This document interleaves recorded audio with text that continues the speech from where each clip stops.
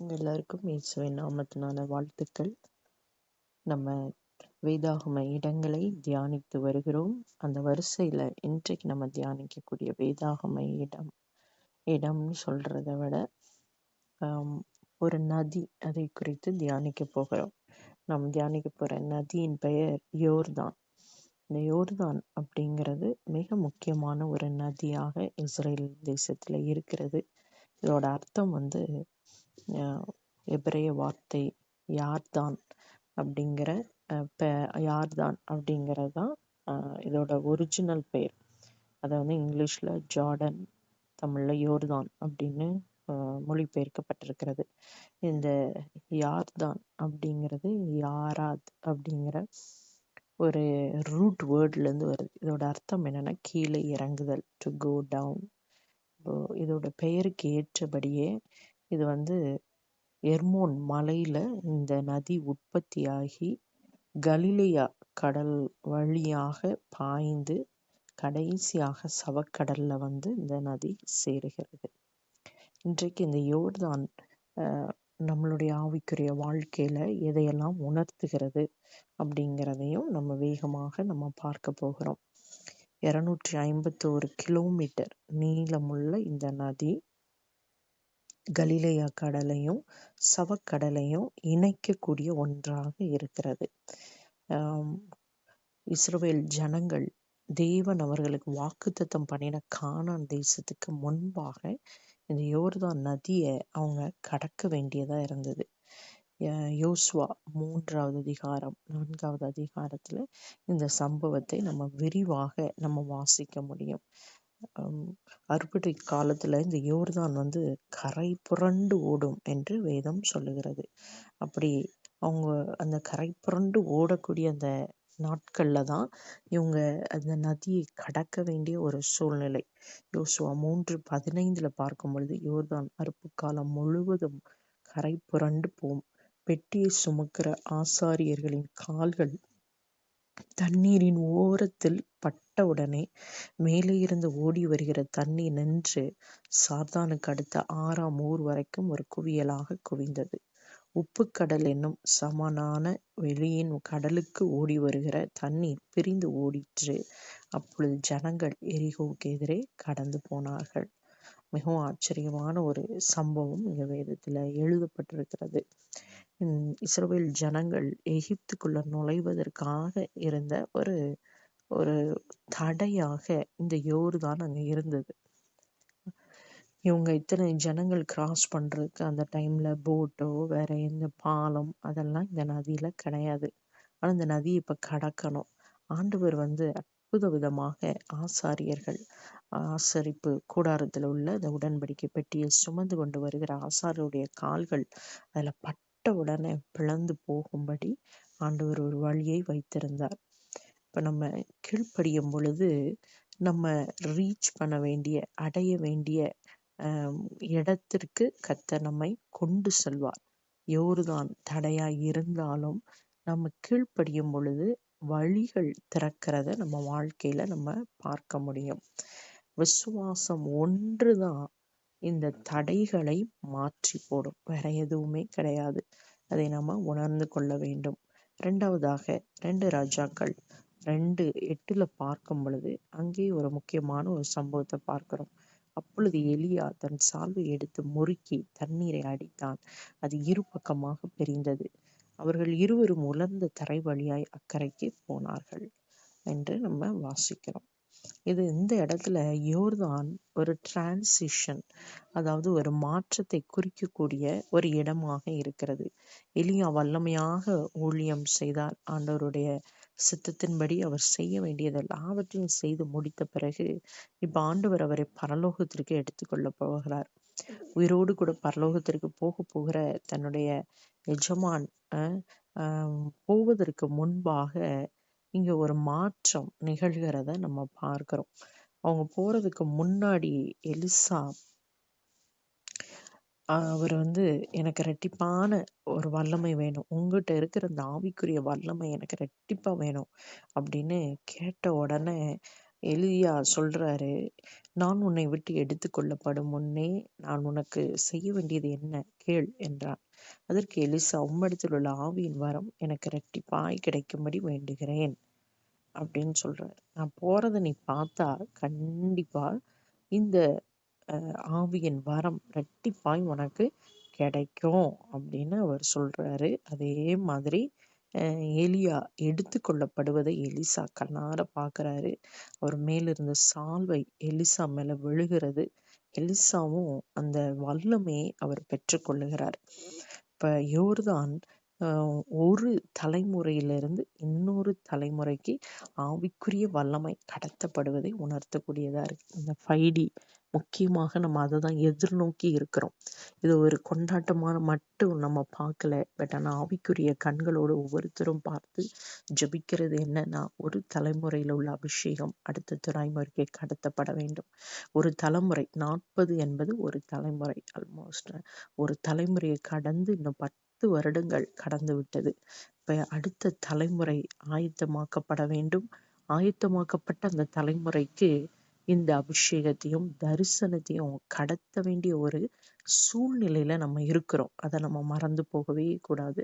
அதுதான் இந்த 5Dயோட முக்கியமான ஒரு நோக்கம். எப்படி எலியாக்கள் நம்மளுடைய ஸ்தாபனத்துல இருந்து தரிசனத்தை பெற்றுக்கொண்டு ஊழியம் செய்தாங்களோ, இப்ப எலிசாக்கள் எழும்ப வேண்டிய ஒரு காலம். இப்ப இந்த யோர்தான் நதி அண்டையில எப்படி இந்த தரிசனம் கடத்தப்பட்டதோ, அபிஷேகம் கடத்தப்பட்டதோ, அப்படி நம்ம வாழ்க்கையில எலிசாக்கள் யாரு? உங்க வாழ்க்கையில இருக்கிற எலிசாக்கள் யாரு? அதை கண்டுபிடிங்க. அந்த எலிசாக்களை உருவாக்குங்க. தக்க சமயம் வரும்போது அந்த எலிசாக்களுக்கு உங்க அபிஷேகத்தையும் கர்த்தர் கொடுத்த தரிசனத்தையும் நீங்க கடத்தி விட வேண்டும். எந்த ஒரு காரியத்தை யோர்தான் நமக்கு நினைவுபடுத்தக்கூடியதாக இருக்கிறது. மூன்றாவதாக பார்த்தா, இந்த யோர்தான் நதி அண்டையில தான் எலிசா இரட்டிப்பான ஆவியின் வல்லமையை பெற்றுக்கொண்டதை நம்ம பார்க்கிறோம். அப்ப இந்த யோர்தான் ஆவிக்குரிய சுதந்திரத்தை உணர்த்தக்கூடியதாக இருக்குது.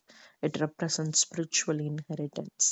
அப்ப நம்முடைய வாழ்க்கையில நம்ம பெற்றுக்கொள்ள வேண்டிய ஆவிக்குரிய சுதந்திரம் என்ன? நம்மளை நடத்துகிற ஊழியக்காரர்களிடத்துல இருந்து அந்த ஆவிக்குரிய வல்லமைய, கிருபைய, அபிஷேகத்தை நம்ம பெற்று கொண்டிருக்கிறோமா? அது ரொம்ப ரொம்ப முக்கியம். ஊழியக்காரர்கள் நம்மை நடத்துகிறார்கள். நமக்கு ஆவிக்குரிய காரியங்களை போதிக்கிறாங்க, உண்மைதான். ஆனால் ரொம்ப விசேஷமானது அவர்களிடத்தில் உள்ள தரிசனத்தையும் ஆவிக்குரிய கிருபைகளையும் நம்ம பெற்றுக்கொள்ளணும். அவங்க நம்மளை ஆசீர்வதித்து அவங்ககிட்ட இருக்கிற அந்த அபிஷேகம் நமக்குள்ள கடத்தப்படணும். இம்பார்ட்டேஷன் பைபிள்ல ரொம்ப முக்கியமானதாக இந்த இம்பார்ட்டேஷன் பார்க்கப்படுகிறது. பவுல் தீமோத்தேயுக்கு எழுதும் போது கூட, உன்மேல் கைகளை வைத்து அனல் மூட்டப்பட்ட ஆவிக்குரிய வரத்தை குறித்து நீ அசதியாயிராதே அப்படின்னு அவர் எழுதுகிறார். அப்ப ஊழியக்காரர்கள் நம்ம மேல கைகளை வைப்பதும், ஜெபிப்பதும், அந்த ஆவிக்குரிய அபிஷேகத்தை கடத்துவதும், இம்பார்ட் பண்ணுவதும் மிக மிக முக்கியமானது. இந்த யோர்தான் இதை குறிக்கிறதா இருக்கு. ஏதோ நான் சபைக்கு வந்தேன், வசனங்களை கேட்டேன், ஜெபம் பண்ணேன், போனேன் அப்படிலாம் கிடையாது. ஆவிக்குரிய கிருபைகளை ஊழியக்காரர்களிடத்துல நம்ம பெற்றுக்கொள்ளணும். அந்த கடத்தப்படுதல், இம்பார்ட்டேஷன் நம்ம வாழ்க்கையில கண்டிப்பாக அது நிகழ வேண்டும். அது நடந்தாதான் நம்ம தரிசனத்தை நோக்கி அடுத்து ஓடுவோம். அவங்க ஊழியக்காரங்க அவங்களுடைய தரிசனத்தை, கர்த்தர் கொடுத்ததை அவங்க ஓடி முடித்துருவாங்க. அதுக்கப்புறம் நம்ம ஓட வேண்டும். ஸோ அதனால இது ரொம்ப முக்கியமாக இருக்கிறது. அடுத்ததாக நம்ம பார்த்தோம் அப்படின்னா, இந்த யோர்தான்ல தான் நாகமான் அப்படிங்கிற ஒரு சிறிய தளபதி, சிறிய தேசத்து தளபதி வந்து சுகத்தை பெற்றுக்கொள்ளுகிறான். ஆரம்பத்துல அதுல போய் மூழ்க மாட்டேன் அப்படின்னு சொன்னவன் அதுக்கப்புறம் கீழ்ப்படுகிறது. 2 ராஜாக்கள் 5:10-14 வசனங்கள் வரைக்கும் நம்ம பார்க்க முடிகிறது. இப்ப இந்த யோர்தான் நமக்கு எதை உணர்த்துகிறது அப்படின்னா, கீழ்ப்படிய வேண்டிய ஒரு இடம். நம்மளுக்கு சூழ்நிலை முன்னாடி பார்க்கும்போது கலங்கிய தண்ணி, நல்லா இல்லை, இந்த தண்ணியில போயா நம்ம மூழ்கணும் அப்படின்னு நாமான் ஹெசிடேட் பண்றான், தயங்குகிறான். ஆனா அவன் கீழ்ப்படிந்த பொழுது ஆசீர்வாதத்தை பெற்றுக்கொள்ளுகிறான். அப்ப யோர்தான் நம்ம வாழ்க்கையில கீழ்ப்படிதலை உணர்த்தக்கூடிய ஒரு இடமாக இருக்கிறது. கீழ்ப்படிதலுக்கு முக்கியமானது தாழ்மை. தாழ்மை இல்லாத யாரிடத்திலும் கீழ்ப்படிதலை எதிர்பார்க்க முடியாது. தேவன் இன்றைக்கு நம்ம இடத்துல எதிர்பார்க்கிற இந்த 2 குணங்கள், தாழ்மை, கீழ்ப்படிதல் நம்மிடத்துல இருக்கிறதா நம்ம யோசித்து பார்ப்போம். ஒபீடியன்ஸ் பியாண்ட் ஹியூமன் ரீசனிங், அதாவது மனிதனுடைய அறிவுக்கு அப்பாற்பட்டது தான் இந்த ஆவிக்குரிய கீழ்ப்படிதல்.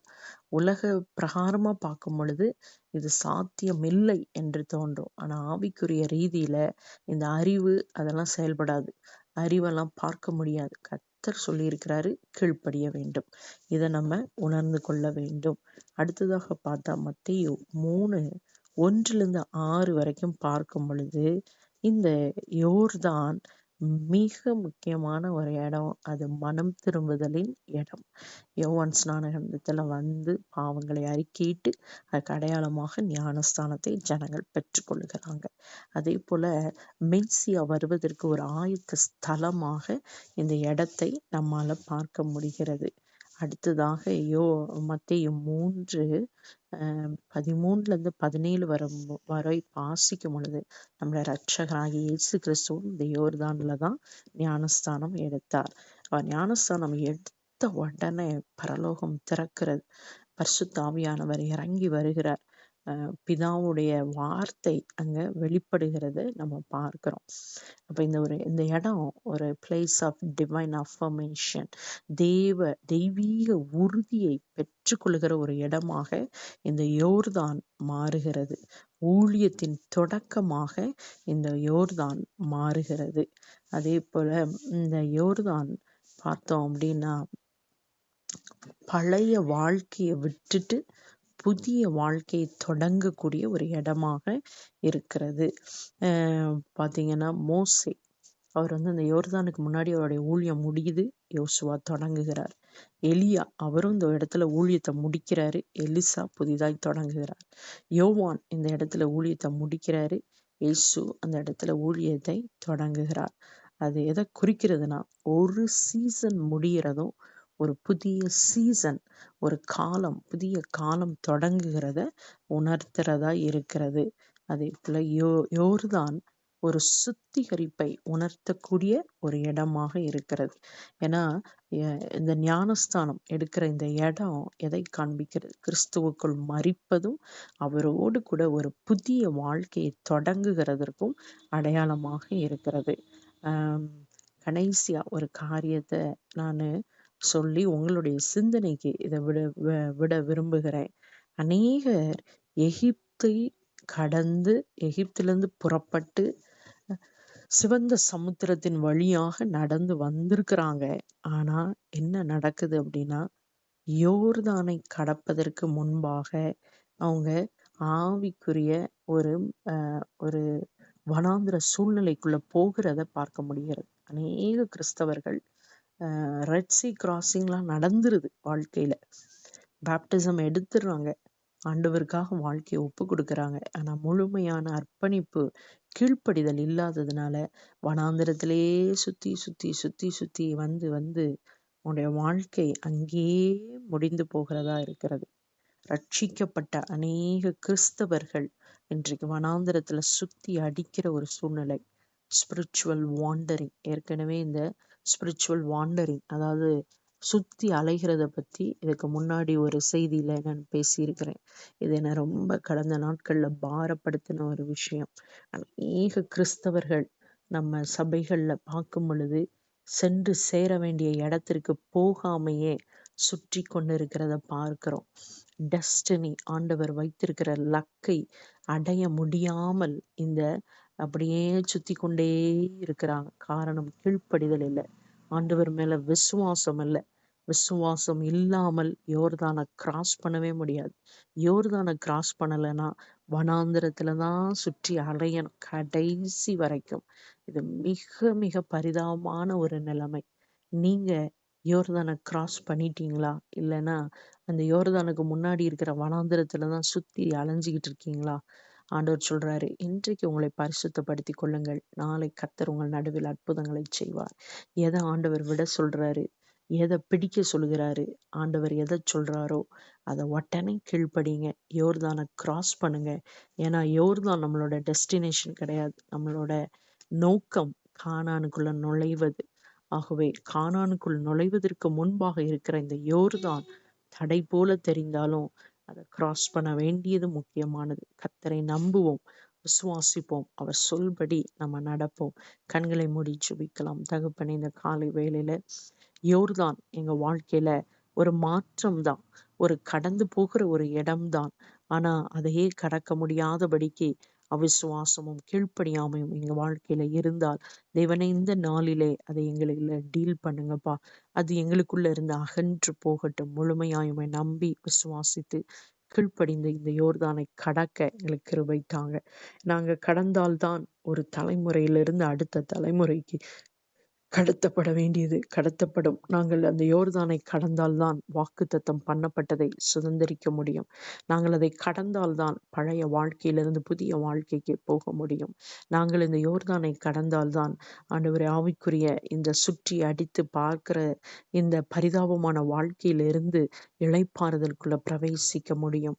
ஆண்டவரே, எங்கள் கண்களை திறந்தல்வீராக, எங்களை நடத்துவீராக. இந்த செய்தியை கேட்டுக்கொண்டிருக்கிற ஒவ்வொருவரும் தேவன் ஒரு மாற்றத்தை தாரும். இந்த ஆவிக்குரிய ஆண்டவரே, அலைந்து திரிகிற காரியத்திலிருந்து விடுவித்து யோர்தானை கடந்து இளைப்பாறுதலுக்குள் நிலைய கர்த்தர் கிருபை செய்வீராக. ஒவ்வொருவரையும் வழி நடத்தும். இயேசுவின் மூலம் ஜெபிக்கிறேன் நல்ல பிதாவே, ஆமென்.